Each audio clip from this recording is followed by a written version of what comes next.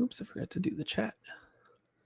You can't forget the chat. I saw somebody comment that they love the they like to tune into the live stream to get the before and the after, or the before the chat, before the live stream, before the pod chat, and like before the wind down stuff, like when we just like shoot the shit type of thing. Oh, nice. I thought that was kind of nice. Yeah, It is a appreciate that. look behind the scenes. Not that that's interesting, but Right. I definitely have my guard down a little bit more. Yeah. Fumble over words a little bit more. You know how it is. It's usually when I pick your brain about like, what am I doing wrong? How can we do this better? Yeah. I mean that in a good way. I think No, that's I know. great. I got this weird. I've been getting notifications now on X. Is that a new thing? Like, did you do anything for that? Like, for some reason, I get notifications now whenever we go live. Oh. Yeah. No, I didn't change anything. I always got them because I get notifications when we post stuff. Now that I say that, Tim. My phone's. Oh, there it is. Good evening, chat. My brother-in-law is on Twitch. He's like a streamer. So anytime anyone's like, "What's up, chat?" or this chat or that chat, I feel so awkward saying it because like I've never I know it from Twitch too. Like watching game streams and stuff. People, those streamers always comment on chat, and I dropped it in real life about how I like something happened like a week or two ago, and I made an offhand comment to Michelle about chat was saying this, and she looked at me like I was losing my damn mind. I love it. What was did you have a game that you watched on Twitch a lot? I used to be really big into Destiny. Nice. That's what do you know who Professor Broman is? Oh yeah. That's my brother-in-law. What? I think isn't he from St. Louis? Yeah. He's your brother-in-law? Yeah, isn't that crazy? No way. He's like a huge streamer. He's huge. It's really funny. One of the first times they moved to Florida a while back, and the first time we like visited them, we went to a restaurant, and our neighbor waiter recognized him, and he lost his damn mind. I was like, God, I didn't know Ben was quite this big. Dude, this is some random dude. Yeah. He followed me on X a few weeks ago, maybe a couple months ago. And I nearly lost my damn mind because I'm like, what is Broman doing following me? This is crazy. Well, now you know it's not for as good a reason as you hoped. Well, that may not be true, actually. Now I just need an introduction because I need to pick his brain on things. He's good at what he does. I've since lost. Yeah, he really is. I've since lost not interest, but time to play and watch Destiny stuff because that game is a grind, to say the least. Yeah, it's not. I've long defaulted to playing like FIFA, EA, FC, that kind of thing. So Chris Gebhardt in the chat commented about how AZ, Kojima, and Akil play. They were on Akil stream the other night, and I know they play, and I know Nico Gioacchini has played with them when he was here. I saw he posted on Instagram a few times. So it's always fun to see players play FIFA, play EA, FC. I get a kick out of that. I love that too. I knew they streamed, but I didn't think to like check in on what they do. Yeah, it's pretty cool. Makes sense. They have their teammates on. That's awesome. I was getting a kick out of watching them play each other too. Like when they're on the road, I know Nico would go post some stories to his Instagram last year from hotel rooms where he'd play with AZ, Akil, Sam, I think was in there. It's fun stuff. Yeah, that's cool. I don't have a ton for the wind down, but I think the conversation that I do have might go places. So I'm kind of excited for it. Okay. I thought we were going to talk about Royce for a second because I was like 350,000. What? Where did you see that? It was some tweet. I don't even know if I read it right. I don't trust my own brain. I just threw it out there. It might have been. It might, because I did see 350,000 for discovery rights that the Galaxy were rumored to pay Charlotte. Yeah. So someone said like it happened today, and the number 350 was there. Oh. And it made it sound like it's official now, according to. I can't think of the phrase they use where the portal. They said according to the portal, blah blah blah blah blah. Let me look up Royce and portal. What kind of portal we got going on? This isn't like a multiverse, I think, is what it. Like a Doctor Strange portal. Yeah. I was thinking a transfer portal, like in college football. No, that's what I was thinking too. Yeah. I was like, maybe there is a transfer portal or by that name for MLS or something. And it's just an information portal. Well, I know they have, there's a website that MLS teams and global teams in general use to scout.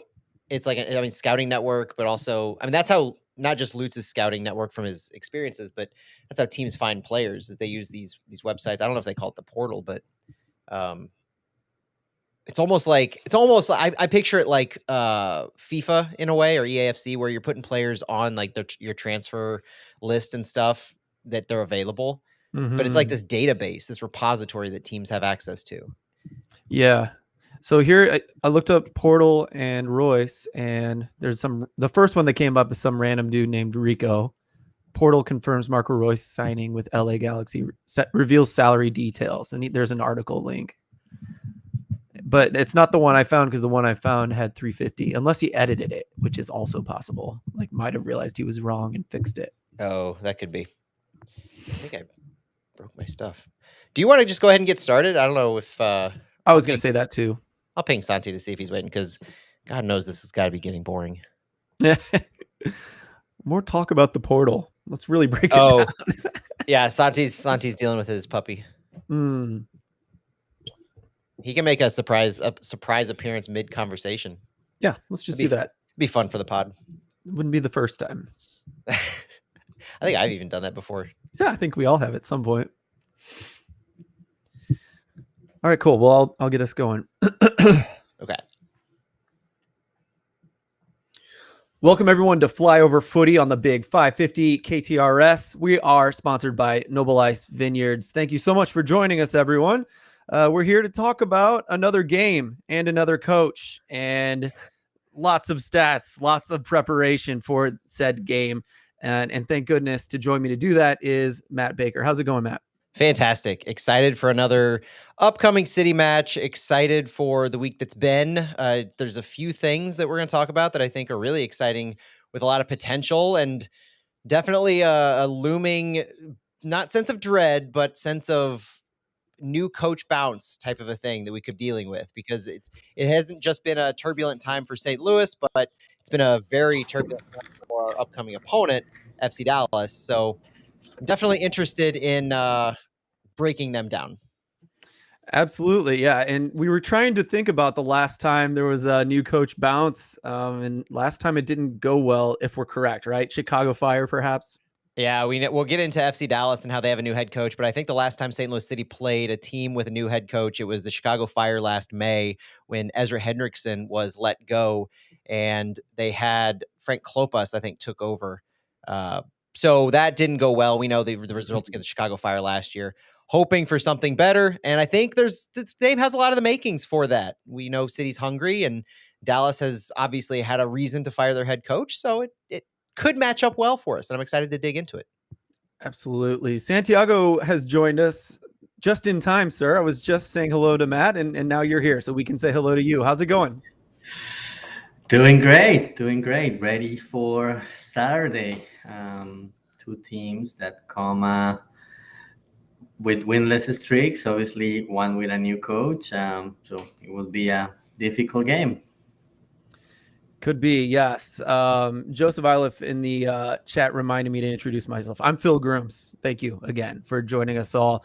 Matt, why don't we jump right into it? As always, we do the show on the night of the second presser of the week on Thursday, typically.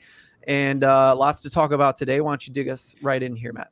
Yeah, some of the player news isn't new news, but we know we're going into this matchup without the services of Rasmus Alm and Tomas Ostrak. Ostrak obviously lost to the season with an ankle injury. Rasmus Alm, I believe, is now at the 5 to 7 week mark with his MCL sprain. We should have a lot more information on that next week on Flyover Footy. We've got some special fun things coming, so stay tuned for the Flyover Footy podcast account next week for a little bit more maybe on Rasmus Alm and injuries in general. But we know those two players are out. Unfortunately, we're also without the services of Chris Durkin, central defensive midfielder, and a guy who's really owned that starting role as our number 6 is suspended due to yellow card accumulation, so we will be without him as well. And new news on Thursday is that it sounds like we're going to be without Kyle Hebert as well. Now, there's not guaranteed that he's out for Saturday's game, but Bradley Carnell told us on Thursday that he has left for the Canadian men's national team pre-tournament camp ahead of Copa America. And we're expecting that Canada's roster will be named and announced on Saturday, June 15th. So Hebert, along with a couple other players, Ali Ahmed from Vancouver Whitecaps and the Columbus Crew striker Jason Russell Rowe, we all know that they have gone as well. So Canada's bringing in some players that are expected to make their roster. This is a good sign for Kyle Hebert. Bradley Carnell said it's a good sign. We're hopeful that he makes the roster. And so if he does, we're without Kyle Hebert for an extended period of time, the first of which appears to be this weekend. But guys, we're excited for Hebert, right? This is a no-brainer thing to be excited for. Yeah, I love it for sure. The fact that he could be playing in Copa America, and first Canada game is against Argentina. I think it would be a great experience for him. Obviously, at City, without his services for a few weeks, a little bit worrisome. But some other guys will step up. Maybe Michael Wenzel will be on loan with the first team. But great for Kyle, great for his development, and he has worked very hard for this, and I think he deserves it. And the more exciting thing to me is the fact that, well, not more exciting, but in context of City, something that's as equally exciting in its potential is who appeared in camp this week while Hebert was leaving, and that's Caden Glover and Johnny Klein. Bradley Carnell noted that they've both been training with City this week, and Carnell did say in a question that was asked by you, Santi, that they're both in contention to travel and be available for selection for the matchday roster on Saturday. Guys, I was looking at our depth chart and trying to find 20 guys who could make this matchday roster, and I am having a difficult time without at least one of Caden Glover or Johnny Klein. We are without Alm, Ostrak, Durkin, and Hebert. And Wenzel wasn't named as a player necessarily at camp this week or in training. Obviously, he's played with City before, so you never know if Carnell would feel comfortable just tapping him last minute if they need another defender. But what are your thoughts on Caden Glover and Johnny Klein, Phil, coming in and potentially getting some time? Well, I think I've been calling for it for a pretty long time this season. And so I appreciate you giving me a chance to exclaim my, I'm happy about it. I'm ecstatic about it. And I hope one or both of them get some minutes. I hope the game flow is such that they're able to. We don't like to waste these loans up to the first team because they're not unlimited. Although I think with Caden Glover, they are. Johnny Klein, they're not. Still, I'm really excited. Johnny Klein didn't have a productive first several games of the season, but now he's gotten in 4 goals and 2 assists this season with MLS Next Pro. He was the leading scorer for the team last year. And Caden Glover hasn't been getting minutes at all. I almost expected McSorley to get the call above him. His name was dropped as well as Caden Glover's. And so I kind of thought McSorley might jump him in the possibility of moving up. Looks like Glover's getting his time. And I love that just because he's such a young player. He's part of the academy. He's one of the early homegrown signings. This is a player we want to develop and move and use as a player regularly if he can get up to that level. Yeah, I couldn't agree more. And I don't know that we know why Caden Glover hasn't necessarily been playing, but Bradley Carnell has never indicated that is performance-based. And I think the fact that he's immediately back up with City now goes to show that. The other thing is being the homegrown, right? You mentioned he won't require any hoops to jump through to be named to the matchday roster. Despite the fact that he hasn't been with City, the homegrown signing, he's a part of the 30-man roster, the supplemental roster as a homegrown player, so he could slot in easily. Johnny Klein would fall under a short-term loan, so we would know about that, and it usually gets announced Saturday around noon or so is when the club typically makes that kind of announcement, but you never know if images of Johnny Klein traveling appear. They may announce it earlier. That Johnny Klein being signed to City 2 gets 4 short-term loans per season and can appear in 2 league games. So it is restricted in what he can do in MLS league play, but with so many injuries already, 2 attackers, a midfielder, and a defender, this is the time, I think. Absolutely. And, there's the Leagues Cup coming up as well. So I just wanted to kind of put a pin in that as well to remind everybody that they can get 2 of those call-ups with Leagues Cup, which is coming up. Santiago, lastly, is there anything you'd like to add to things you learned from the presser or any quotes from Carnell this week? So you mentioned Leagues Cup, and Matt, I wanted to ask about that. If he is loaned for Leagues Cup, does that count as one of the 4 and one of the 2 appearances if he makes an appearance? Counts as one of the 4, but he can appear in Leagues Cup without it affecting the 2 MLS League play appearances. Cool. Okay, that's good to know. So yeah, hopefully we'll see more of him. And Caden Glover, I think is great for his development. That he's training with the first team. Hopefully he'll make the trip. He's one of those players people are expecting a lot from, just because he had been doing so well at the youth level last year with City 2. He also had a good season. He scored some goals, and I think it's time for him to start taking that next step. You also don't want to rush the player, but at the same time, and we had talked about this before, in terms of homegrowns and what the team has been doing. We have not seen a lot of results in terms of minutes play and appearances with the team. Obviously, last year with Miguel Perez, he had some appearances on the early part of the season, but now he's on loan. But yeah, it'll be great to start seeing more from the homegrowns, and I'm sure the team will not want to rush him either. But I would love to see a Caden Glover appearance. Last question, Matt. Do they have to appear for the loan to be tallied, or is the loan a loan no matter if they play or they don't? The loan's a loan no matter if they play or not for those 4. That's why they're allowed 4 call-ups and then 2 appearances. It's important to have the distinction because I think Michael Wenzel had at least one short-term loan where he didn't appear, and so it's still counted on one of the 4. Appreciate it. Great. Let's dig into FC Dallas. I think we're ready. I think it's time to start informing everyone what we're going to be seeing this weekend. Yeah, and it's not quite the same as earlier this season, if for nothing else than the team that St. Louis is bringing into this. Earlier this year, we did play FC Dallas, and I know a lot of the focus or some of the questions in the presser and things have been on Dallas and the weird traveling game that we had last season, but we did play them this year as well to a 0-0 draw. And St. Louis, I think, was the better team in that matchup, and they're probably going to take in, I would say, personnel-wise, they're probably going to take a similar team into this one. But, obviously Rasmus Alm's not going to play. The biggest difference, I think, is Indiana Vassilev. Last time he was playing FC Dallas, he was on the left side. This was the game that we put him in on the left. And I don't think that really think that jives with what City likes to do. So I'll put a pin in that because I'm going to circle back to that later on and what Vassilev can do. But overall, these two teams know each other somewhat. Dallas has a new head coach, but St. Louis City and FC Dallas are pretty similar in the standings. St. Louis sits 11th in the West with a 3-4-9 record. Both teams have played 16 games. St. Louis has 18 points. FC Dallas has 14. St. Louis has 23 goals for, 25 against, and a -2 goal differential. On the road, they're still seeking their first win. They're 0-2-5. Form recently, they had a draw against Portland 0-0, a draw against Miami away, and a loss to Seattle at home. City's last win came on May 12th at home, 3-1 against the Chicago Fire. And in their last 11 games, now keep in mind they've only played 16, but in their last 11, they've scored 3 goals 3 times, but 1 or less in all of the other 8 games. We talked on Fallout about how this team has issues stringing together wins, stringing together games of goals.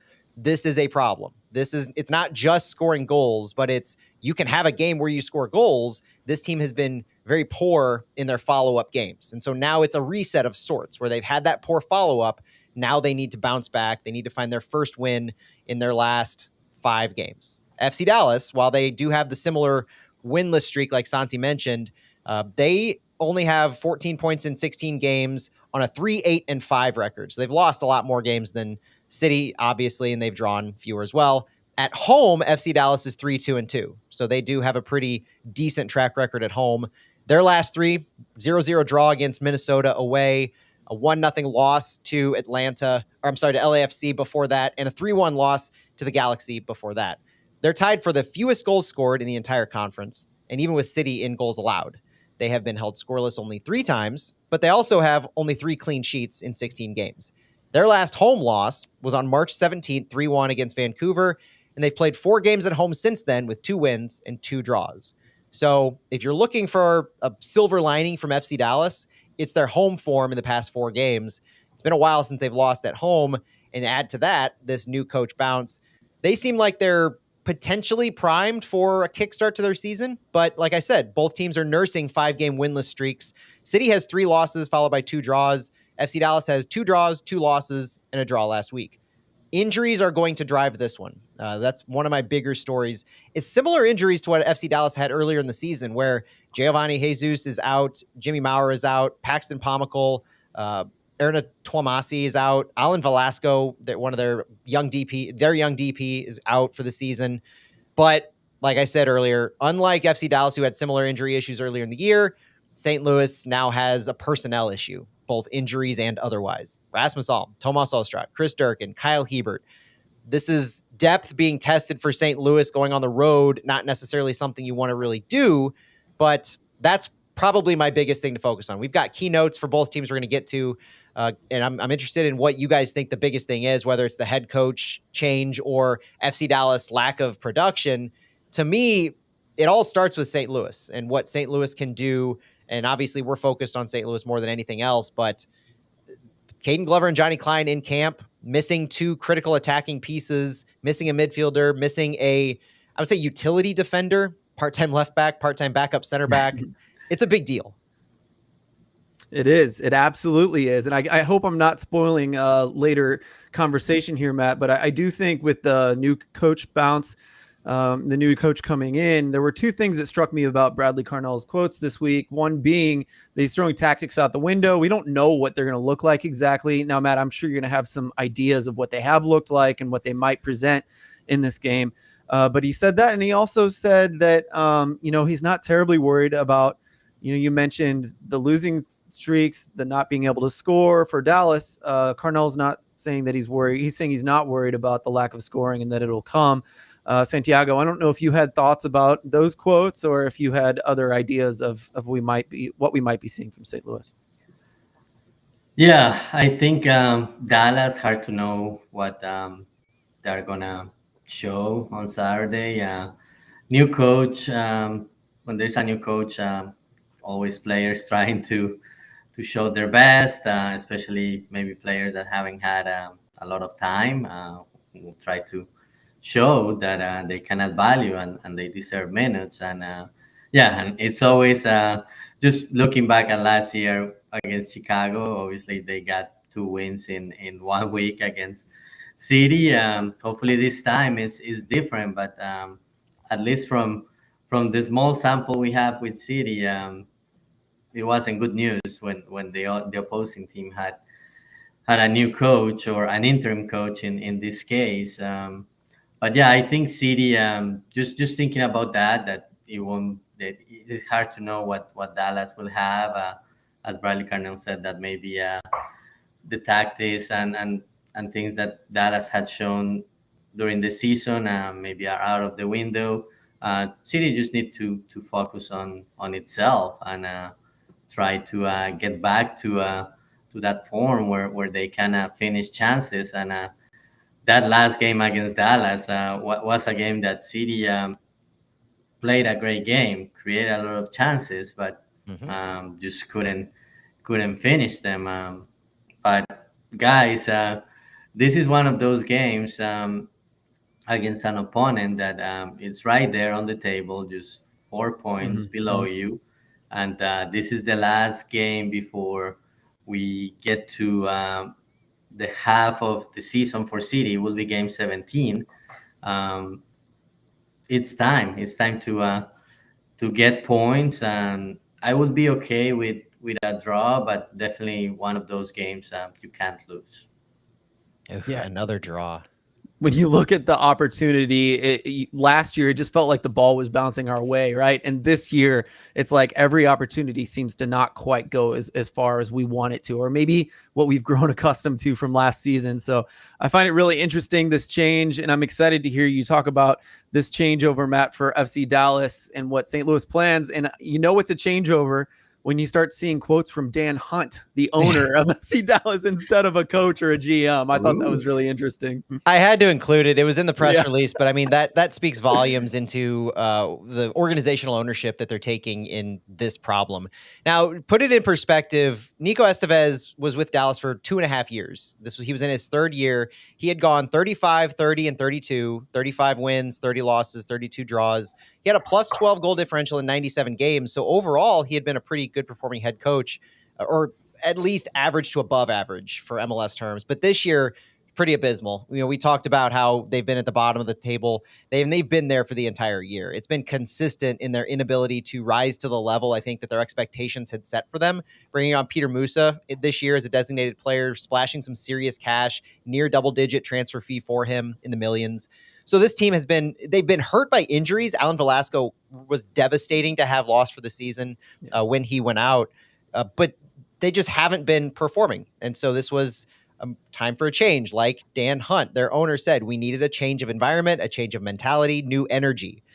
But the interesting thing is the guy who's replacing him in Peter Luxen, not just a new interim head coach to Dallas, but he's been an assistant for this team since about 2019. He was an FC Dallas player. He ended his career with FC Dallas, but after being a defensive midfielder, experience galore as a player, played in France, played for PSG, ended his career with FC Dallas in 2014 before joining their staff in 2019 as an assistant. And in Luxen's first time speaking to the local media, he said, we have many players that are underperforming. We know they can do a lot better than they're doing right now. I'm too responsible. Each one of us needs to share the responsibility of the moment we are in right now. So I think he's going to try and get the most out of his players who he's been able to watch develop for years. And so when we think about the system, how they're going to come out, what look are they going to have? Is game planning for a Nico Estevez team going to be out the window now that Luxen's coming in? I say no. I don't know how Peter Luxen would be able to implement anything different in this time period, let alone given the fact that he's been operating in the same system, the same philosophy that Nico Estevez has been espousing. And so I'm not necessarily looking for new things to be tried in formations or tactics, but I do think there tends to be some intangibles about players rising to the occasion, trying to get more out of themselves. This is a guy they clearly like, a coach who's been on their staff for years. They're familiar with him, so they're going to want to perform for him. This isn't a new guy who's brought in. It's not new to the staff in the past 5 months. But the team that he's taking over, it's just, for me, hard to define their identity. Looking at the stats, trying to figure out who this FC Dallas team is. Yeah, Luxen can say they've been underperforming, but I have a tough time other than to say they like to low block and they like to control the ball in their defensive half and then transition run in the attacking half. They do move quickly through their attacking half. They don't possess the ball at all in the attacking half in comparison. But possession-wise per game, they average 47.9% possession, so they average less than 50. But here's the thing. They have 8 games so far this year, over 50%, 8 games under. They're just as willing to not possess the ball as they are possess the ball. When they do possess the ball, they get stuck in their own defensive third, and that's often when some of their lower scoring games occur. I have a tough time figuring out what team City's going to face, which just means that the opportunity is there for St. Louis City to really dictate the pace in this game. If there was ever a team that was ripe for City can play their style and force things on FC Dallas, I think this is the game. It's not a game where FC Dallas is going to just give the ball to City necessarily. I don't think they're strong enough to. If St. Louis wants to high press, wants to turn the ball over midfield or higher regularly, I think they have the ability to. FC Dallas is the 4th worst team in open play XG with the 2nd fewest goals scored from open play. They're just not a good team, not a high-performing team, as Luxen was saying, and they're even underperforming their low open play XG by a couple goals. This is a team who has really low XG in open play and even worse goals. From set pieces, it's kind of interesting. They're the 5th worst team in set piece XG, but tied for 4th in overall set piece goals. So they're vastly performing their set piece XG, probably dangerous on corners more so than anything because they don't put themselves into dangerous positions to draw fouls in and around the box. And finally, they haven't scored more than 2 goals in a game yet this year. Not just these outbursts that we've talked about City having, but this is a Dallas team that hasn't had a single one of those types of outbursts.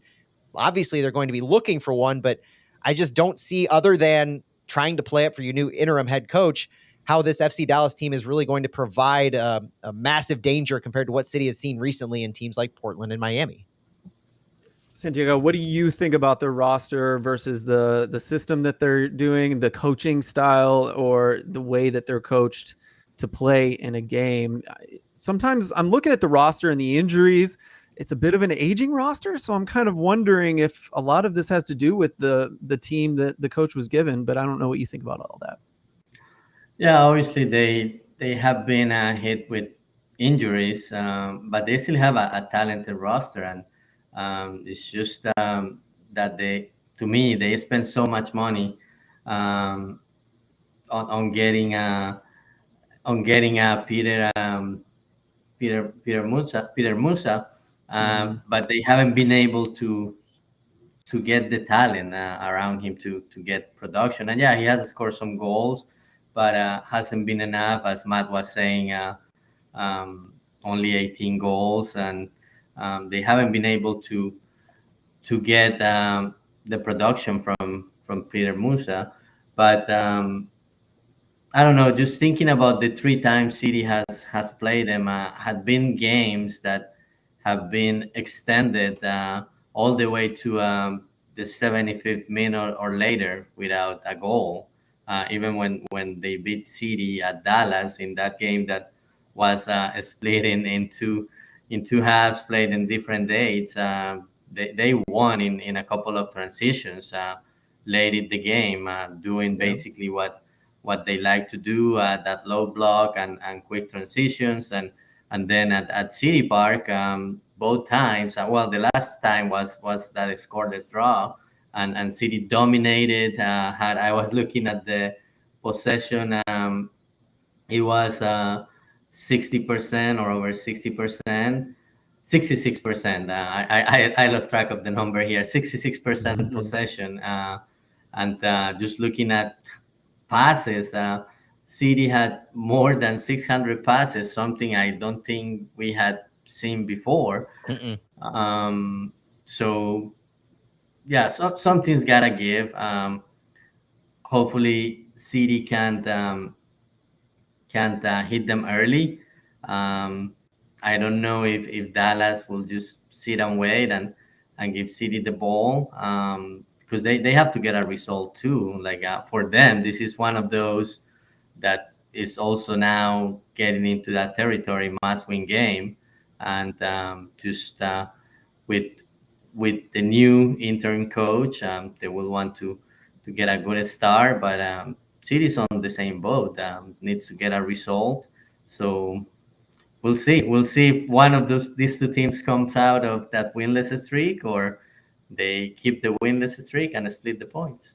But do you think that St. Louis can run with their same personnel and hope to get through this hump, where Carnell is clearly confident in his team's ability to create chances and to get the ball into the final third and play a lot of the between the box games that they need to play, getting the ball high, having Klaus, Salio make runs, high volume shots. They're going to be low percentage, but that's the nature of our offense. So I'm wondering, does he continue to give his same guys the run out? I didn't get a direct answer from him when I asked him on Thursday, but I continue to wonder. We have our best guys that we think of. Our starting lineups will come later in the show, but is it time to give guys a different look? I mean, not change things wholesale necessarily, but I'm talking give Sam a start AZ with Sam type of a thing. Does Nuke V. Thorson get a start? And I'm not saying necessarily that anybody has earned a start based on performances in matches. I'm not even saying they've earned starts based on performances in training. But is this just the definition of insanity, where you try the same thing over and over and it just doesn't work? How long are you going to ride that out before you try something that's totally different personnel wise? I think we're not yet at that point. Maybe after this game, we may see some changes, especially considering that the team will have 3 games in 8 days. But for this one, I think Carnell will stay with the same guys. Maybe when we talk about lineups, we may see a couple of new things, and I think you already alluded to that. but I think he will still ride for the most part with the same guys. But maybe midweek or following Saturday, we will see some changes and some guys that maybe have not had a lot of minutes getting some minutes.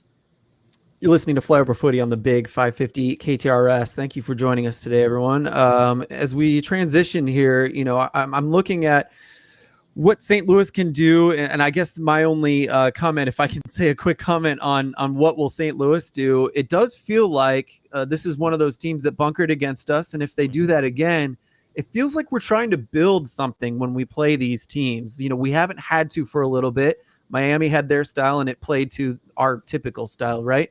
But with this game, I think we might be looking at a bit of a bunkered defense again, and it's another chance to really hone what we have to do when we're forced in possession. And that's the kind of thing, in my opinion, that isn't going to be fixed in 5 games, 10 games. You look at Sporting Kansas City, who as a possession team, they like to beat us by breaking the press. That's harder to do than just pressing right early in the season. But by the end of the season, they had mastered it. Really, I thought they were quite good at it. And so I just am wondering if it's the style kind of play that takes a full season to kind of work up. And maybe we can comment more on that. But I'm looking at this roster with Dallas as well, and I'm looking at, Arriola, Leggett are not what they used to be at times, though they can really get a win out of a team by just, holding on and putting in the effort. Look at Kamungo, who is an up-and-comer but hasn't peaked yet.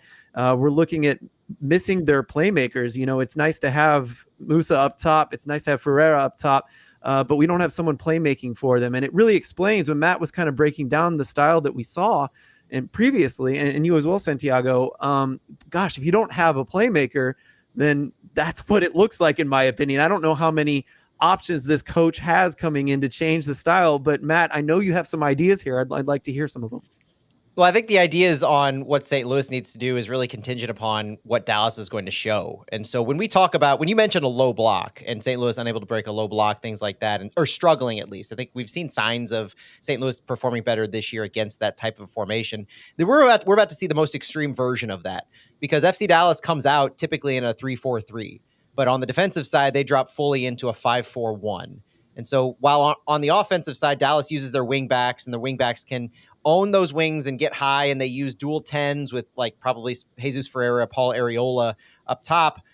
On the defensive side, they fully drop into that 5-4-1. And so you have a fully compact, wide 2 deep lines that Dallas sets up. And that's how they can not just clog the channels and block you if you try to possess against them, but that's how they'll initiate the counters, is they'll immediately send their wing backs higher, and they'll have more of a focus on going to the middle from those dual 10s.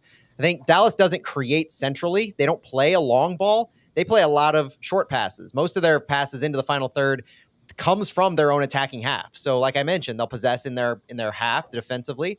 And then as they progress the ball, they do it with short passes.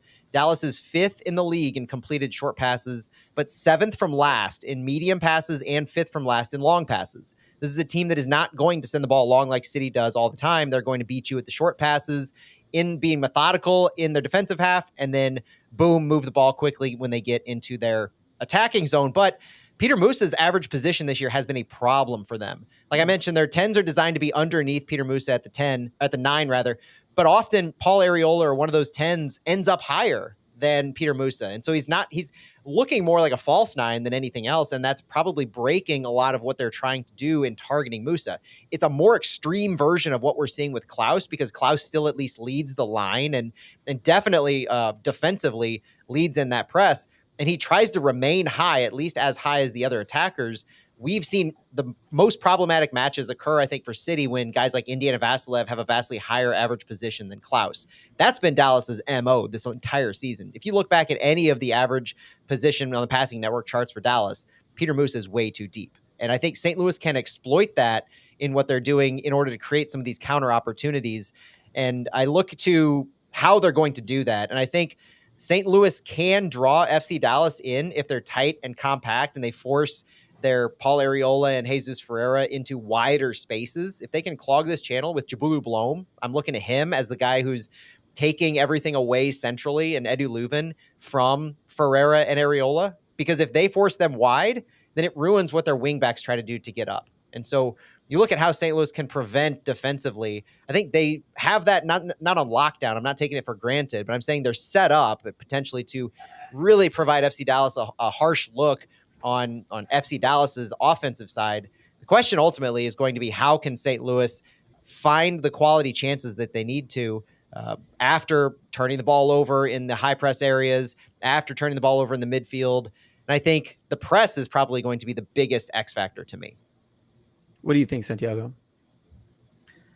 I don't know. I'm scared about this game just because the way Dallas played. I think it's one of those opponents that City has had a hard time breaking down. Yeah. As I mentioned, these games go late into the game, scoreless, and just thinking about that last game that City did a lot of things really well, but couldn't score, was a little bit frustrating.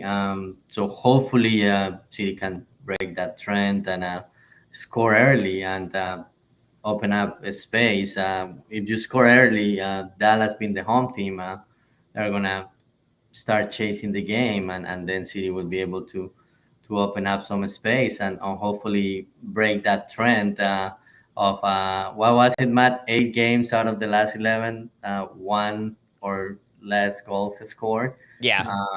It's time. It's time to break that trend and just start seeing 3 points, because we're at that point in the season. I often wonder, looking more at this, looking at the PPDA numbers and seeing that Dallas doesn't press or engage high, and when they do, they don't really have any productivity from their high press. They're a low block team through and through. We know how quickly St. Louis likes to get the ball up the field and how quickly they want to get a shot off. But you can see that, and you've seen that in the past, where St. Louis tries to high press, but Dallas has volume in their defensive end. And so they're not having 2 center backs back there trying to play the ball wide to their wing backs. They have 5 in the back that they're starting to build from. And a high press is a little less effective when you don't have space to work off of if you force a high press turnover. So I wonder if St. Louis is going to be a little more willing to engage in the midfield, willing to not drop back into a mid block necessarily, but when they have their push points, I wonder if they would be more effective if they did it in that middle phase of the field, because you draw, and the purpose of that is to draw Dallas away from goal. If you have Dallas's deep back line at a higher level on Dallas's side, at a higher level towards midfield, you're creating that space in the Dallas defensive half to where if you can turn the ball over and then hit them on the counter after that, then you might have the numbers game. You're creating those 2v1s or better that Carnell is wanting to do. So knowing just how absolutely deep Dallas tends to lie, possessing the ball on their defensive end, I kind of would like to see St. Louis be a little more patient on when they press. And when you're watching it, it may come across like they're not pressing in general. But I think you have to be conscious of where on the field they're pressing. So high pressing has its place. Does high pressing have its absolute necessity when when there's 5 or 6 players in that zone and your high press just ends in a low percentage shot from outside the box or trying to possess the ball when the rest of your team tries to make even numbers? I just don't know. I wonder if there's a better opportunity to do that. And St. Louis's line of engagement has been pretty high, 42, 47, 45 meters towards midfield. And that's one of the higher in the league. FC Dallas obviously doesn't have that, but with 3 in the back, this low block, it's going to be hard. Goals are going to be hard to come by if you play FC Dallas like you've played other teams in where you're trying to press. I completely agree. And when I think about them sitting back and possessing the ball, you start to think, oh, that might be a good opportunity to press. And kind of the worries you guys are presenting there, it is worrisome. It's, even if you press high and you start moving guys forward, if they get a turnover and we're pushed forward, that counterattack that they also love, it'll play right into their hands in those few moments, and they could score in one of those. Not that that's the way we should move ourselves, but maybe, Matt, that mid block does make sense, and I have some ideas in my lineup about that as well. I think we have time for maybe one quick comment, one more quick point, or we can get to the lineups. What do you guys want to do?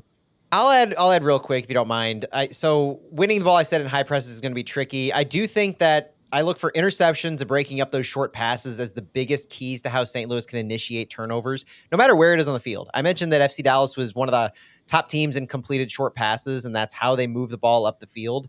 But I think there's opportunity there with Jabulu Blom, Edu Leuven in the central midfield. If you can break up some of these passes, Leuven's done it multiple times, and it's what led to the Indy Vassilev goal against Miami.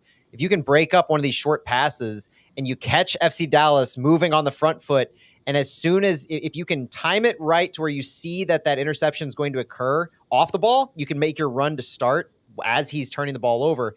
So use these short passes that FC Dallas is going to employ to your advantage. Try and take some opportunities, take chances in stepping up into a player for a tackle. Use that pressure, preventing access to the mids, and force their 10s wider into spaces that Leuven and Blom can control.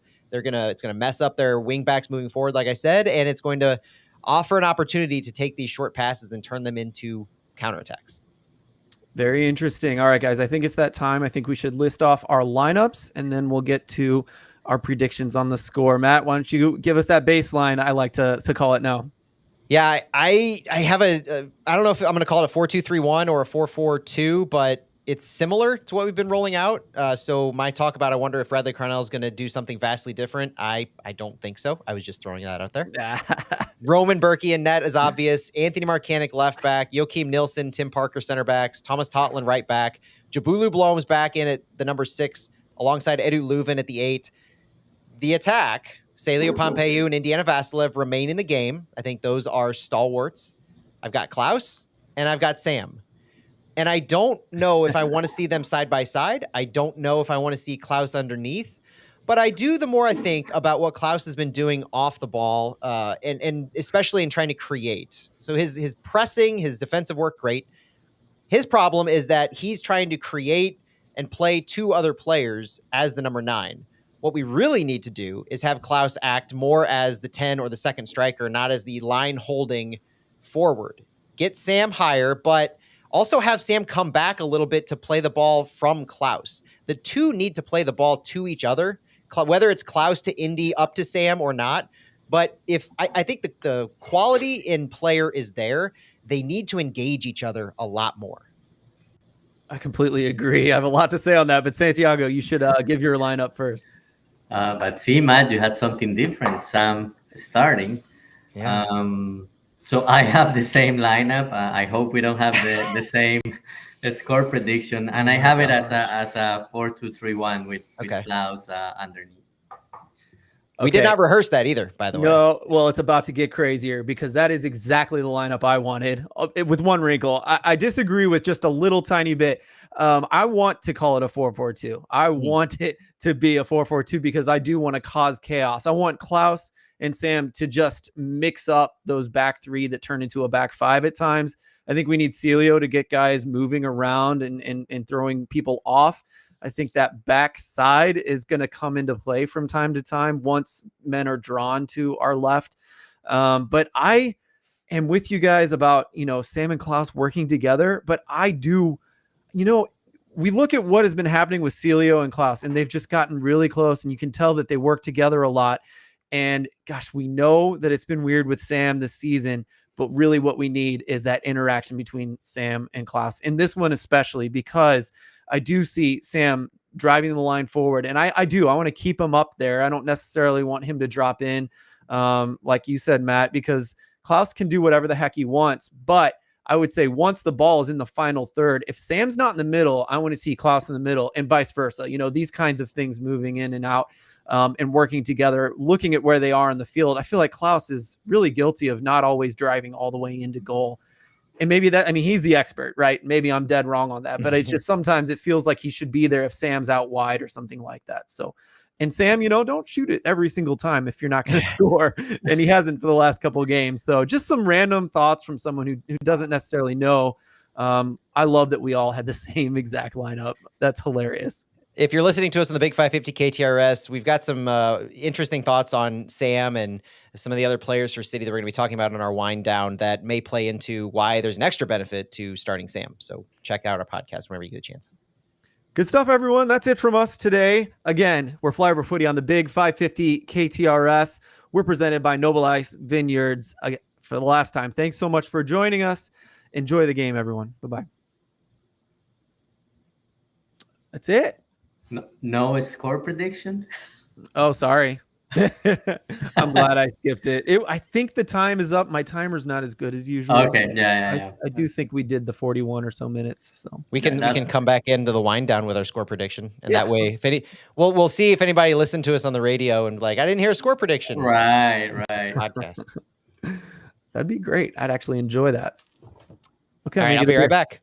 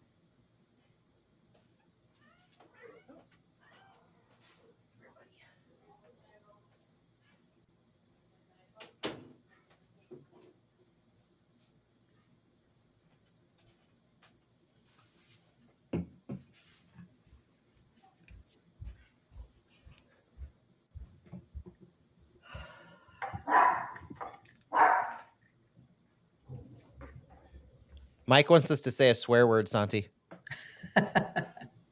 I saw that.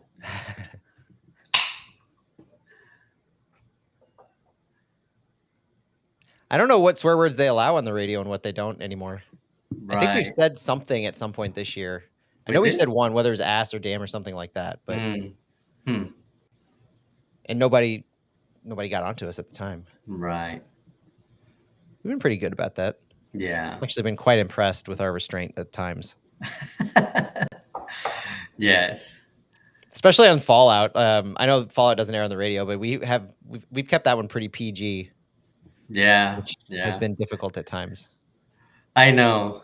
This, hopefully we stay that way on Sunday. I think I will be devastated if Dallas wins this one. Yeah, despite the fact that it's a home game for them, despite the fact that they've got the new coach bounce, they're just not a good team. Exactly, but you never know. Ask damn and hell are allowed. Even with the coach, with the new coach being an assistant who has been around for a long time, I think still that new coach bump is still out there. So we'll see what Dallas has to show. You guys ready? Yeah. All right, here we go. Welcome everyone to the wind down.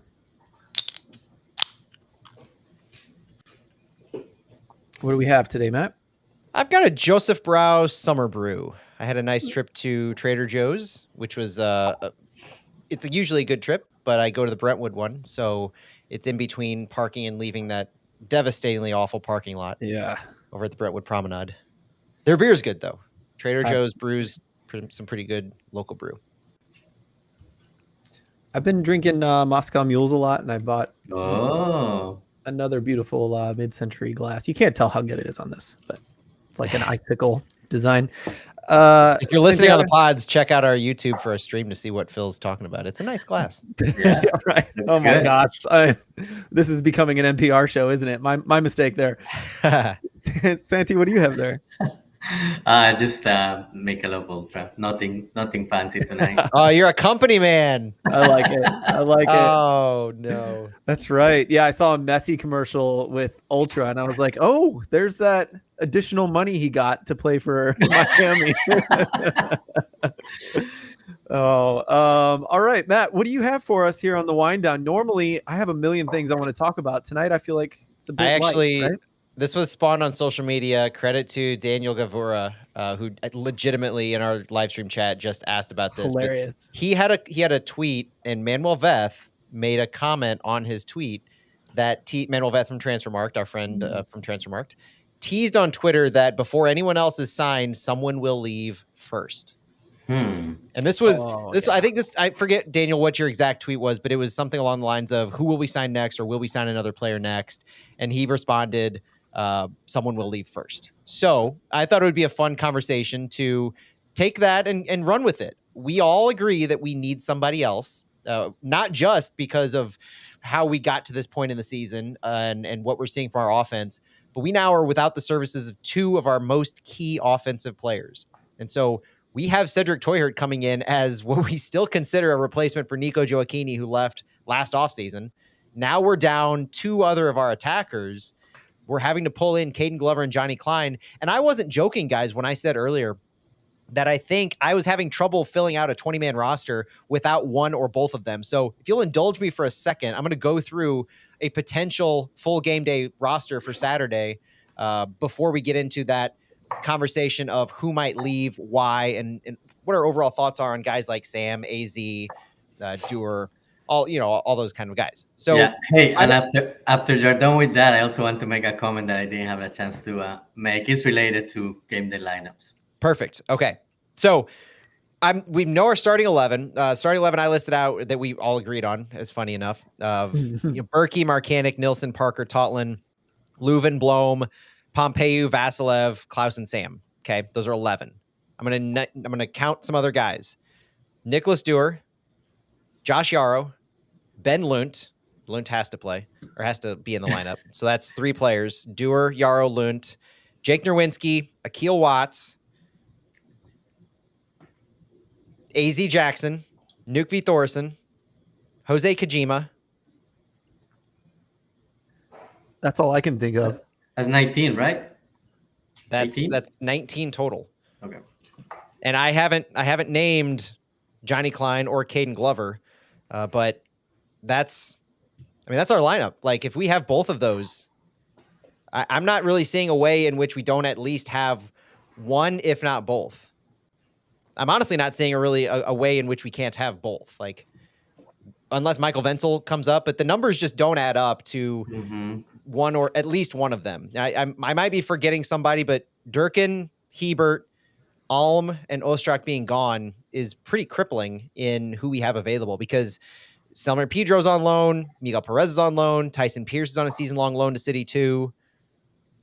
We have a couple open roster slots. Toyhert, Girdwood Reich have yet to come in. I mean, the numbers are not in our advantage in being able to fill out a game day roster at this point. And so that leads me to why we have both of these guys and needing them in the attack right now. I fully think it's a stopgap until we can sign somebody. I think it was STL City Italians in our live stream chat was talking about a stopgap earlier. And I agree that this is how you get to that point. But it's not new. It's not surprising, because Bradley Carnell, and we talked about it on our show last week, that Bradley Carnell said, I'm not going to be afraid to call up somebody from City 2, or we'll do that if we need to. He was very open and honest and upfront about, if things aren't working out, then we're going to bring somebody from City 2 up. And I think it's just necessitated now, not necessarily because he was super disappointed about what he saw last week. I think it's necessitated now by Chris Durkin being suspended and Kyle Hebert being on international duty. Yeah, and Chris Durkin, he's suspended. He will be back for Wednesday, but that's what I wanted to get to. We have 3 guys that are 1 yellow card away from getting a suspension. Tim Parker, Sergio Pompeo, and Thomas Totland. So, Chris Durkin may be back for Wednesday, but one of these other guys could get a yellow. So I think it's a good time to have Caden Glover and Johnny Klein being available, and we may see the same thing on Wednesday, depending on what happens with the yellow card situation. We did see Totland and Durkin both hold off yellow cards when they needed to, much longer than I expected. So maybe those players will kind of step it up, or maybe one of them just draws a yellow on purpose, and then the others try to be careful. I've seen that happen at the end of a game where someone's like, let's get this over with because it's convenient. And I wouldn't be surprised if that was played into the tactics. Carnell, he's mentioned it a few times in pulling a guy off if he's on a yellow and he looks like he's trending towards getting a second one, or usually it plays in conjunction with something like an injury or precaution, or maybe just a late game sub in general. But I wouldn't be surprised if that happened to be the case. Like if Tim Parker got a second yellow, then you don't want to lose Parker and Totland at the same time. That would be something along those lines of Totland being more cautious, or whether it's an explicit game plan or not, like that has to be part of your mind, because you really don't want to be without 3 of your starting 11 all at the same time. I want to see one of them like take their shirt off at the end. Something really drastic. Maybe with a message underneath. Like I did this because I won a yellow suspension or something. Hey, maybe after the game-winning goal. Who knows? Yeah, there you go. Perfect. That's the one. That's the one we want. I know we're talking about the yellow cards, but you touched on it briefly, Santi, mentioning that this starts 3 games in 8 days. And it's kind of the opposite from our last 3 games in 8 days, where we had 2 home games and then a road game. Usually what Carnell had done is you throw your strongest players out there, your best 11 that you have at the moment, until they're too gassed to go. And you just let the training staff guide who's eligible, who can go. It's not necessarily you're resting guys in the first game so that you can save them for the next 2. It's you play who you can, who's eligible, who's ready to go fitness-wise, until they're not ready to go. And so that leads me to think that we're going to see a strong 11, despite the fact that we're on the road. I don't know that home versus road is going to play into this, because you said it earlier, Santi. It would be bad to lose this game. Yeah. Anything else? I mean, 5 games winless. You want to stop that as soon as you can, no matter where you are in the country. And so strongest lineup against FC Dallas. On Wednesday next week, we are home against the Colorado Rapids. And then the following week, we're home against Atlanta United, another team that may have that new coach bump. Still, they just fired Gonzalo Pineda last week. So we're dealing with that a couple times. But I wouldn't be surprised to see the strongest guys go until they can't go, and mitigate the yellow cards as you need to, because you're pulling out all the stops that you can for a win at this point. Let's stay on this topic before we kind of get back to our original topic. Let's give our predictions. I forgot to do it in the last segment. Sorry about that. So Matt, what do you think the score might be in this one? I'm going to go 1-0 City. Oh my gosh. Seriously? Did I do it? Yeah. We should all write them down like this. I have it. It's hard to see, but 1-0 is what I have. You guys know what I had? What? I'm not joking. 1-0. That's what I have as well. It's ridiculous, guys. I gave no thought to this. Even when right after we finished recording the first part, the KTRS part, Santi reminded us that we hadn't done our score predictions and that we needed to get that in right at the beginning of the wind down. Even when you said that, I didn't think of it. I write my lineup down ahead of time. I've stopped giving score predictions.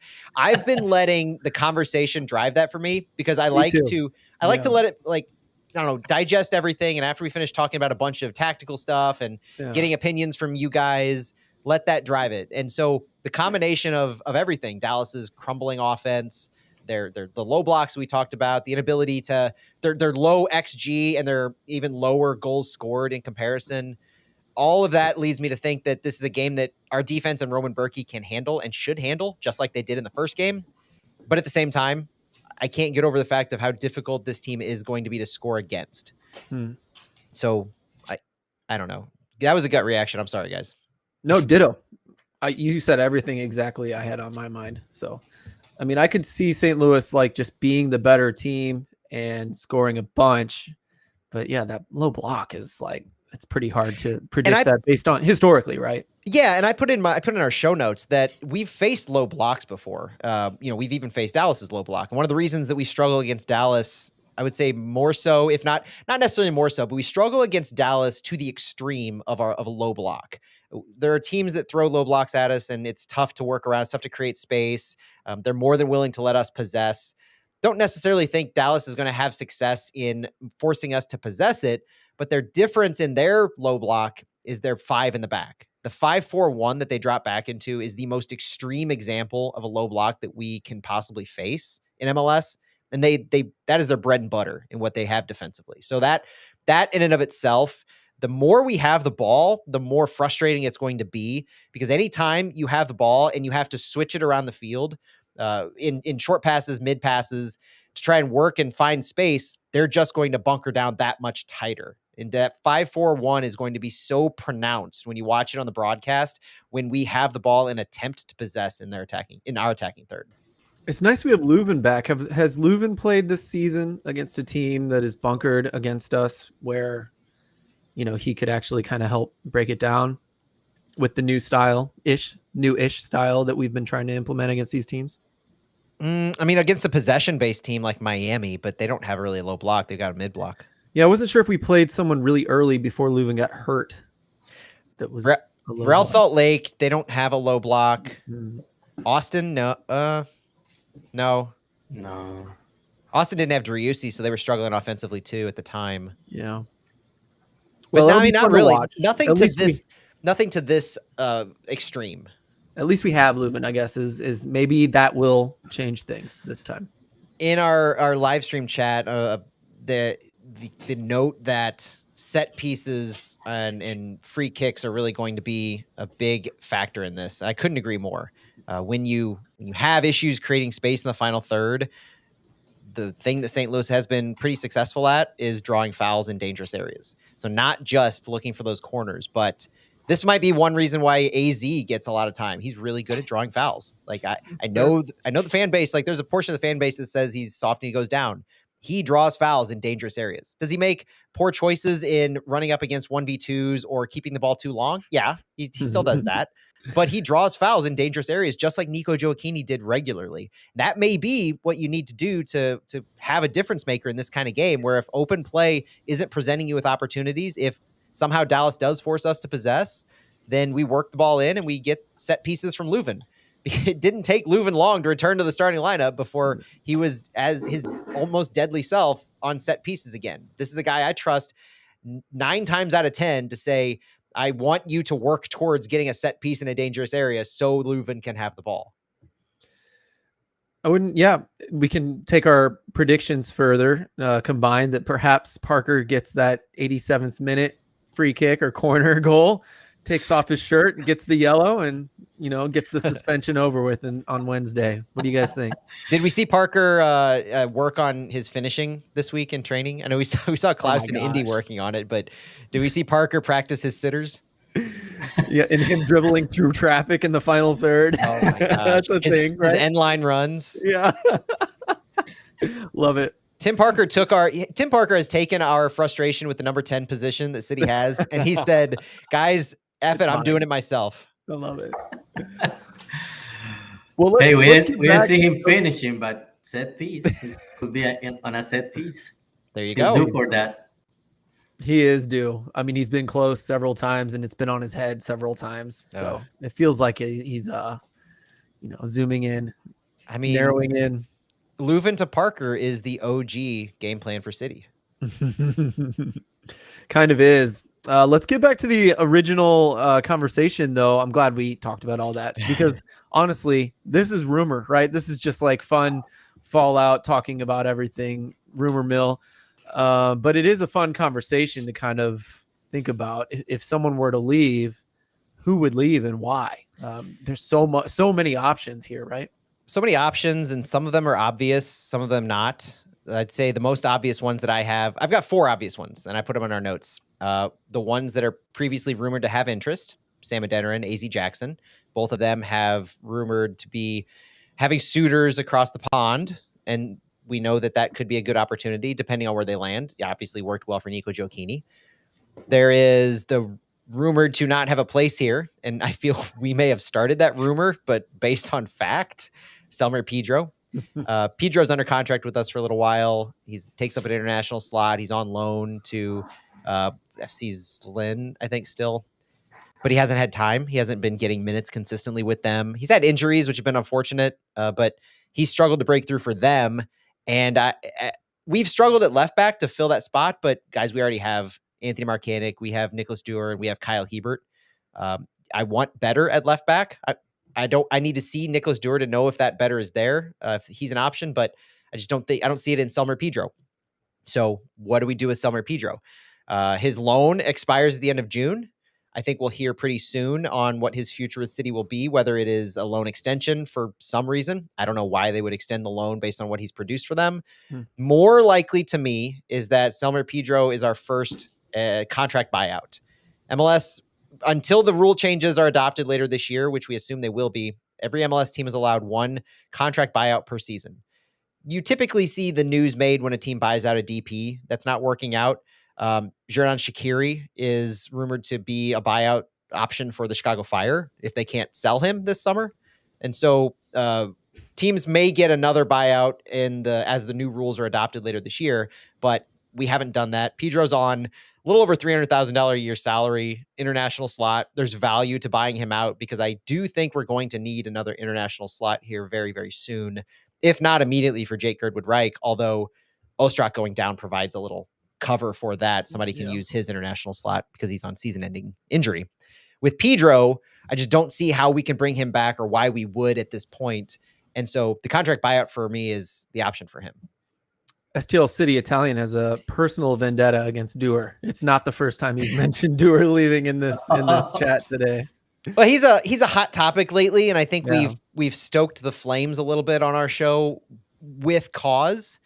We're now 16 games into the season, and Nicholas Dewar has started two games, I think. FC Cincinnati, and I think he had to start before that. But when we wanted to see him get a start and then pick up that momentum, it wasn't there, and it was more of a start because Anthony Marcanic needed a break, or because Kyle Hebert was starting at center back, or something like that, where we just seemed like we didn't have another option. And then it became Akil Watts is getting time over Nicholas Dewar in subs. So there's and that's on top of what we talked about last week with Bradley Carnell's comments on the nuances that go into a player playing for City 2. So there's a lot to read between the lines.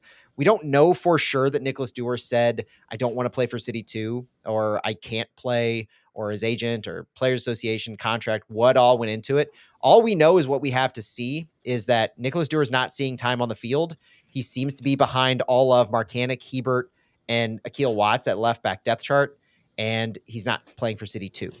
So this does seem, I did not want to admit it early in the season, because I think early in the season there was a lot of value to the thought of he's still getting acclimated. You know, this is a Nukvi Thorson from last year's situation where you give him time, and then he had a couple good games at the end of last season, and you want to see more of him this year. Neither of them have really worked out great for us, but Nicholas Dewar in particular, 16 games into the season, hasn't taken that spot opposite Thomas Totland that we really wanted him to when he came in late to camp, admittedly. So that added to it, but 16 games in, I keep going back. I can't get over that fact that we're halfway through the season and he hasn't taken the bull by the horns in a role that seemed like it was ready-made for him.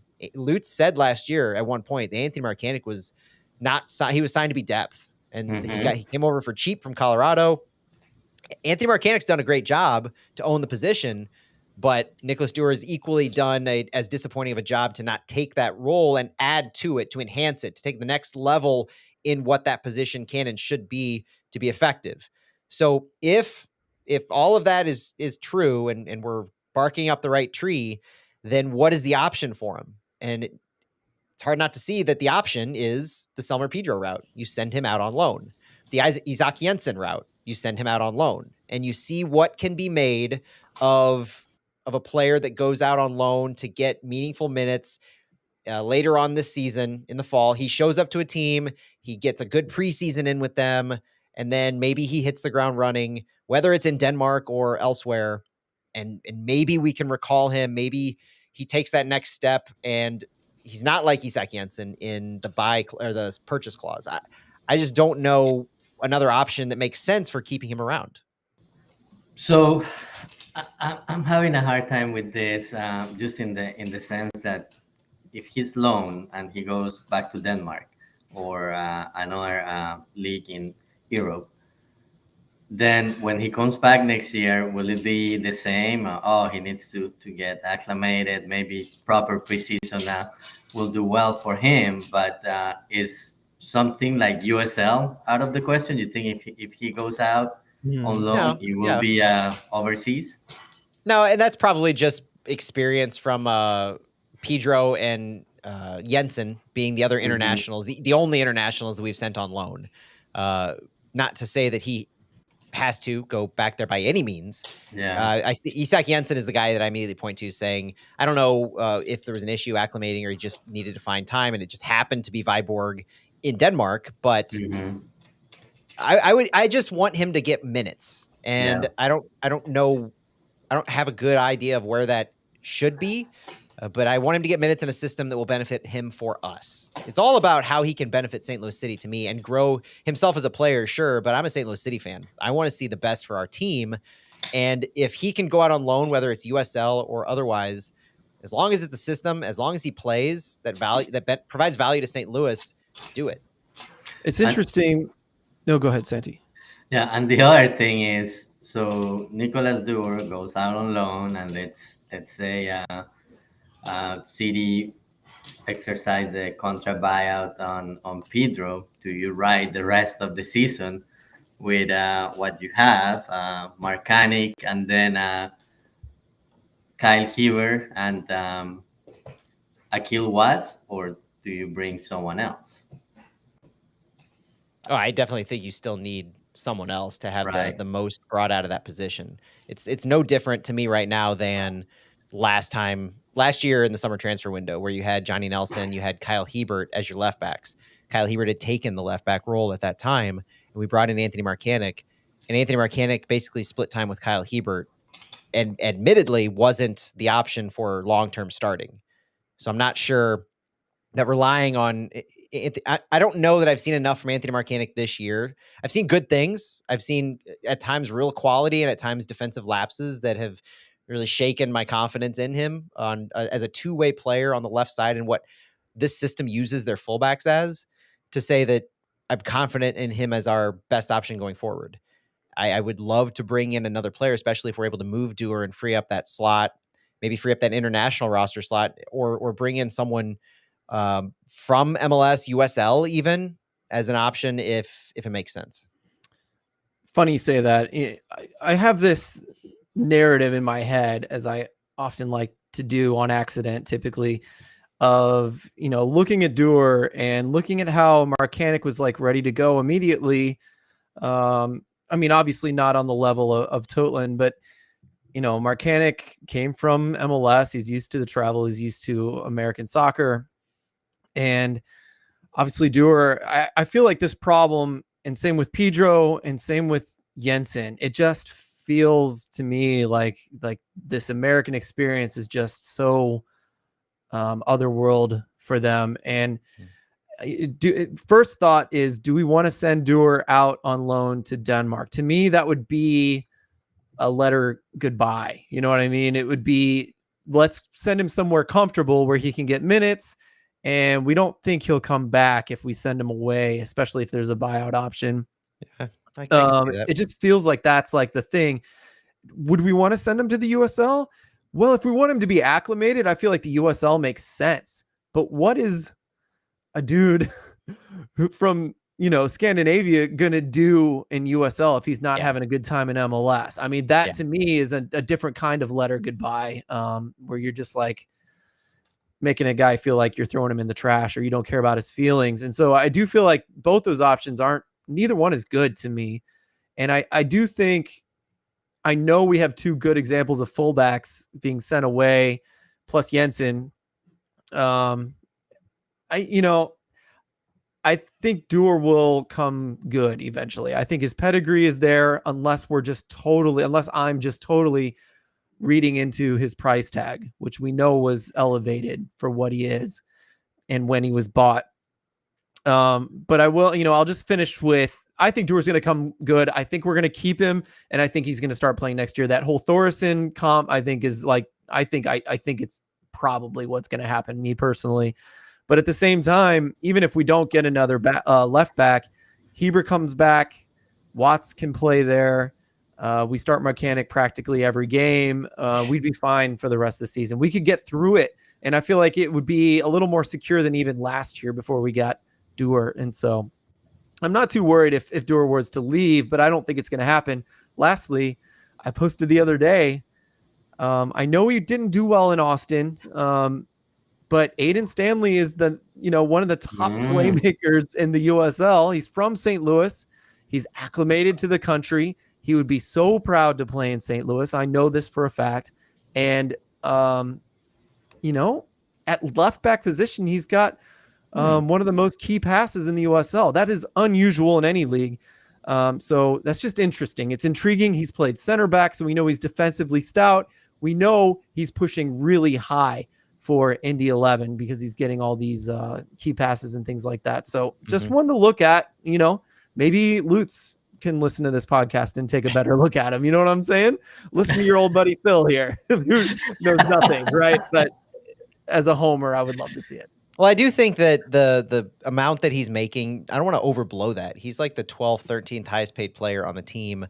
And there are so many value players. There's almost double-digit players making less than 100,000 on our team. There are 9 players making less than 100,000 on our team. So if you think about paying a lot for a left back who's not doing anything, Selmer Pedro's salary guaranteed was 374,000. Is 374,000. Nicholas Dewar's at 309, which is right in between Thomas Totland and Jake Nerwinski. Wow. So it's not like St. Louis aren't big spenders right now. But it's not like he's making Tomas Ostrak money, Tim Parker money type of a thing, upwards of $1 million. So I think the expectation that we have is skewed a little bit by I don't want to say overperformance, but the expectation meeting at the very least, Thomas Totland and what he's been doing. Completely agree. Last question about this. I don't think I've talked about this online, but I think I've just asked random people this question, just something I ponder as I do. Bradley Carnell was a fullback.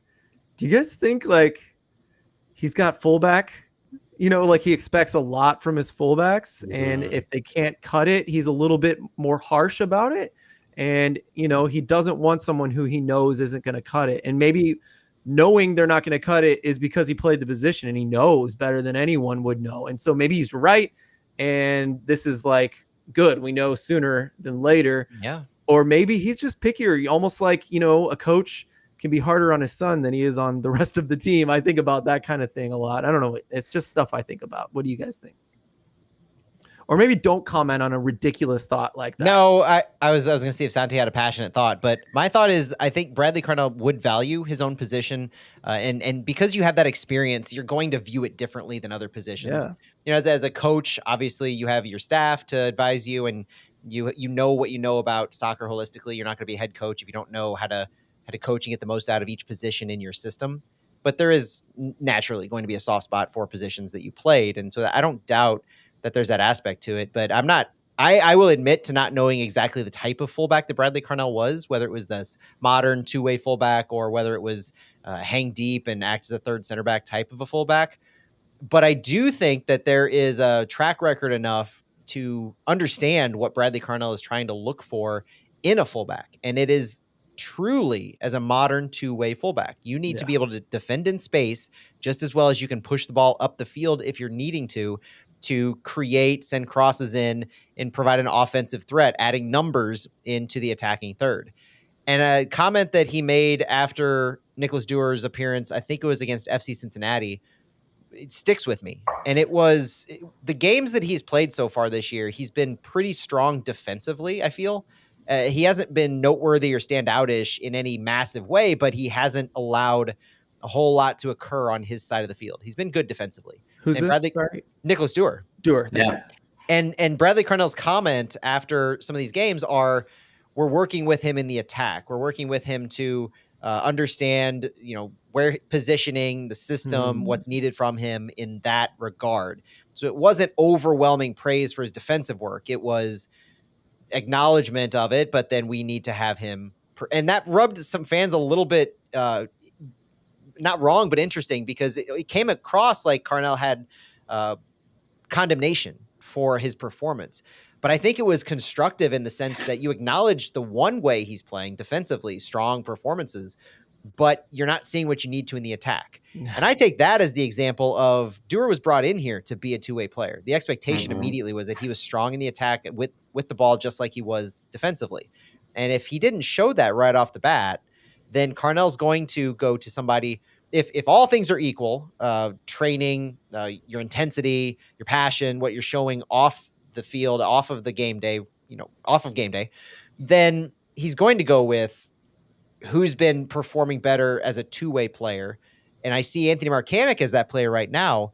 But the other interesting thing to me is Kyle Hebert and how he's continued to find his way in the left back role. So how I view Kyle Hebert is Bradley Carnell knows what Kyle Hebert was when he first came here. Kyle Hebert's played for Bradley Carnell now for going on 3 years. Mm-hmm. And Kyle Hebert is very defensively sound as a center back. So when he was asked to go defend on the left side, he did a good job defending. And he's taken growth. He's growing in his ability to be comfortable with the ball. He's definitely not to the point where he's as comfortable as Thomas Totland, so I don't want to overplay this. But Carnell is seeing growth. Not just Carnell is seeing growth, but we've seen Jesse Marsch obviously take a liking to what Kyle Hebert's been doing and his ability to be a two-way player in the fullback role. Kyle Hebert subbed in for Alphonso Davies last week. That's a sentence. If that doesn't give a vote of confidence in Kyle Hebert's abilities as a fullback at this point, then nothing will. You won't appease a fan if you say Kyle Hebert isn't made or isn't a good, or at least a growing, getting better fullback than that. And I think that's the other thing Bradley Carnell looks to. If you're not coming into the system as a ready-made two-way player with the expectation, the growth and commitment that Hebert is showing to develop himself at that position, being better with the ball and playing with the ball in higher positions, that's the other thing that Bradley Carnell goes to. So I think those are two different instances where the intensity and everything might be there in the training, but he sees better performances two-way from Marcanic. He's seeing extremely sound defensive work and a commitment and a growth in the attack in Hebert. And at least so far, he's not seeing that second phase in Nicholas Dewar.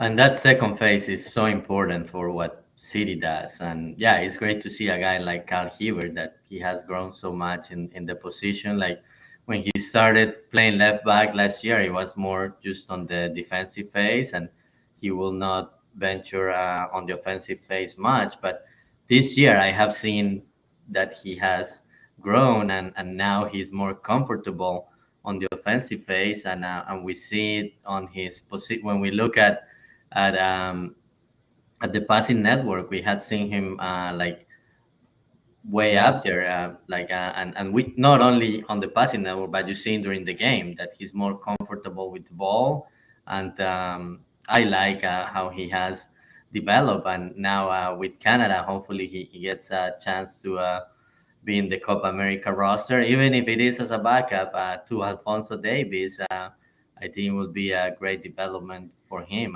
to be in camp with Canada, to get some coaching from a coach like Jesse Marsch. So I think that'll be great.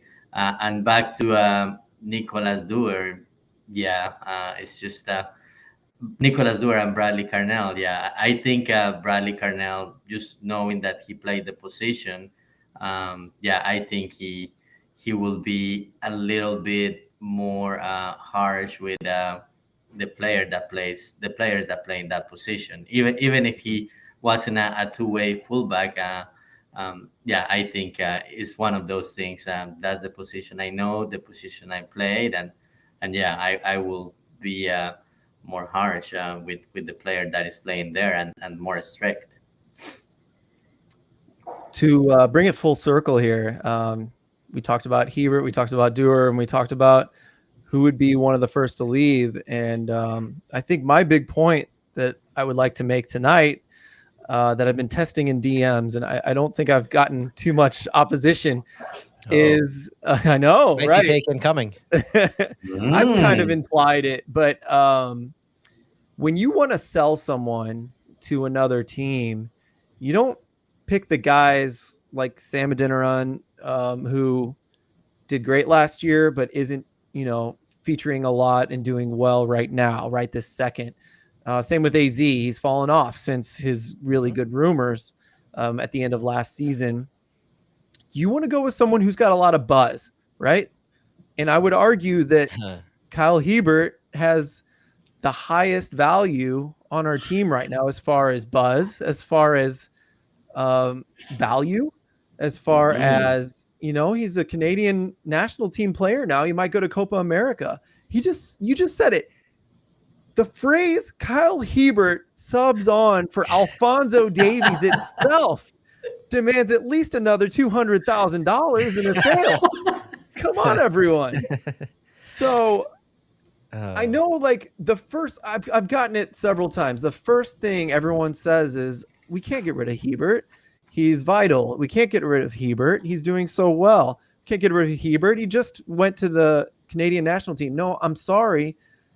I would say it's typically your favorite players or one of your favorite players. They're the ones that are going to be the most likely to draw the high price tag. And so, he's my favorite too, guys. So please don't hear me wrong. And, it's not like I'm trying to get rid of Tim Parker like Santiago, Hey, come on. Yes, we got it in this one too. We are over that. We're over it. We are. That's the last one. It was too easy a target, but I love him so much. But last one till after Leagues Cup, maybe. Yeah. He's Canadian. He's valuable to the Canadian teams. He's got a lot of buzz. I mean, he's the one to really cash in on if you really are heartless and just are thinking of money, which is something that St. Louis is going to have to continue to do every year. Well, so let me ask you this: looking at transfer market right now, his current market value is listed as $1.8 million. Do you think City can get 1.8 or something around that number for Kyle Hebert?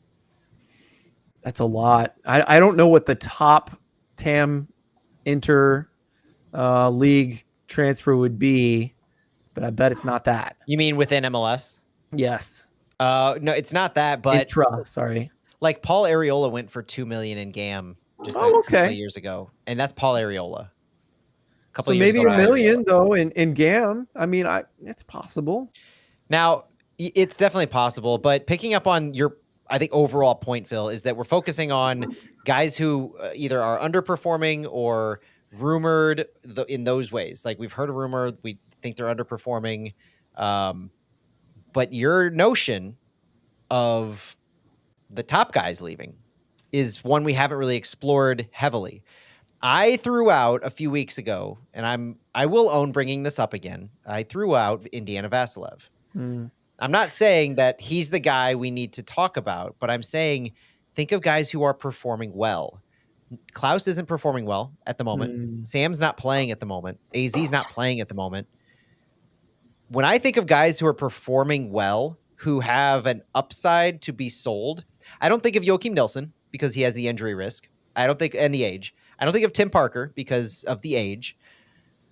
Thomas Totland's too new to our system. I don't think there's any risk there. Blom isn't doing well. He would be another candidate normally. I'm looking at Indiana Vasilev and Celio Pompeu. Yeah. I know Celio just signed a new contract, but what that could mean for an MLS side is that they get that length of a contract for an acquisition. I don't know what team would be interested. I haven't gone anywhere down that road at all. But if we're talking about potential players that could go, in addition to the ones we talked about, Sam, AZ, Pedro, and Duer, and Hebert, along the same lines of Hebert performing very well and providing a ton of upside, both in their growth trajectory. Yeah, the market values on Transfermarkt were just updated. So if you haven't seen that for St. Louis City, Chris Durkin took a leap, I know. Indiana Vasilev took a leap. Kyle Hebert did. Celio Pompeu actually went up to 1.5 million euros in his market value. The guys who are performing well are getting noticed. And so think about where Sam was last year. Think about where AZ was last year when they were getting these rumors. Is Celio not doing something similar right now and how long will it be until teams come a-calling for Celio Pompeu? Yeah. And would it be in the league? Could he go to another country? I think he'd be useful in another country as well. He has a green card. He does not take up an international roster slot. That's pretty big. That's value. Well said. So, but I don't think it will be an intra-league transfer. If he leaves, I think it will be to go overseas. Yeah, and because again, we're trying to push forward this thought that if you come to City, we will get you to the next level. Yes. So we do want that to happen as well. Yeah, it would be an interesting thing to see because it hasn't been anything Lutz has talked about, and obviously that's a lateral move in a player's career, and so I don't know that you ever expect a player of the age of Indiana Vassilev or Celio Pompeu, even Chris Durkin, to go to another MLS team. Chris Durkin did, though. So, you have positions of need in which players are moved. And at this point, Celio is under contract with us until 2027 with his new contract. So we're talking, he knows he's in MLS for a long-term deal. He believes he's in City for a long-term deal. I hope he stays in City for the length of that contract, unless he's going to be sold to a top 5 or borderline top 5 league in Europe where he has upside like that, just for his sake, because he's such an awesome dude. But I do think that has to be in the back of everybody's mind when you're thinking of who's a candidate for sale. You see all the time top guys on MLS teams get sold to Mexico, to Europe, to South America for high values. Atlanta's getting pillaged this summer with their high value, high performing players, and they're not a good team. And so it's only a matter of time before something like this happens. St. Louis City is still extremely young in their existence, but there will be a first time where somebody goes out who is an up and comer still and providing a lot of value for St. Louis. I don't count Isak Jensen as doing this because he hadn't provided value yet to City on the field, but there will come a time when a player is performing extremely well on the field for City and they get sold because it makes sense for the player and we're able to get a high dollar value for him. And just like it's nice to upgrade someone to another place outside of this country, it is good too to show that we're not going to keep you here if you're not happy or if you feel like you can do better in a different place. I think selling Jensen is good too as well. And I think that plays into, what will we see from Dewar? His opinion, I think, will play into this. So that'll be interesting to see too. Well, and don't forget that Nico Gioacchini was basically living and breathing St. Louis when he left. That's right. Did you see his car recently? He decked out his car. Oh my God. St. Louis City decals, like the seating had City crests all over it. Man. He loved St. Louis, adopted home type of a thing. And so players will do what's in the best interest of their career, even if they love where they're currently playing. And that's going to, at some point, be a reality for us. Well said. Can we wrap it up, Matt? Can we skip that last one? Or you want to touch on it a little bit? No, we can definitely skip it. It's that was the Hail Mary nerdy call of talking about the U.S. Soccer NASL lawsuit if we needed to fill minutes. He's saving you all from my rants is what he's doing here. We don't need to end the show on that. Let's end the show talking about City and some of the more fun stuff. Go look that up, though. That is a good one to talk about offline. And please do hit us up. We got open DMs, everyone. If you want to talk about things, we're happy to do so. That's it from us. Thank you for listening. Enjoy the game. We'll talk to you guys next time. Go City.